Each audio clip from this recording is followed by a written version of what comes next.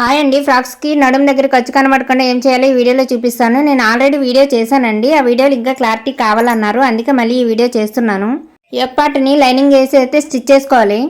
Yoke part right side, అలాగే bottom part right side ఎదురెదురుగా ఉండేటట్లుగా ప్రిల్స్ పెట్టి అయితే స్టిచ్ చేసుకోవాలి. వీడియో అనేది బాగా చూడండి, బాగా చూస్తే అర్థమవుతుంది. అర్థం కాకపోతే 2-3 టైమ్స్ చూస్తే కానీ అర్థమైపోతుంది.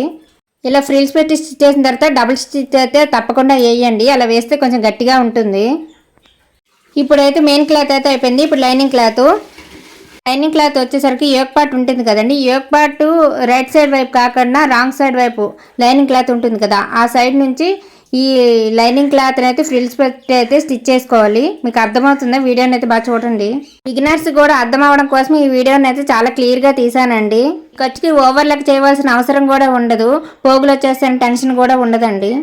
ఇలా కుట్టేసిన తర్వాత మెయిన్ క్లాత్ బ్యాక్ సైడ్ వైపుకి తిప్పియండి. చూడండి, వీడియోలో అర్థమవుతుంది కదా. బ్యాక్ సైడ్ తిప్పేసుకుంటే ఫినిషింగ్ అయితే ఇంత నీట్గా అనిపిస్తుంది. కొంతమంది ఇలా కుడితే ఎత్తుగా వస్తుందండి ఫ్రంట్కి అని అడుగుతున్నారు. ఏం రాదండి, నీట్గా అనిపిస్తుంది. ఈ వీడియో మీకు నచ్చినట్టయితే లైక్ చేయండి, అర్థమైందో లేదో కామెంట్ చేయండి.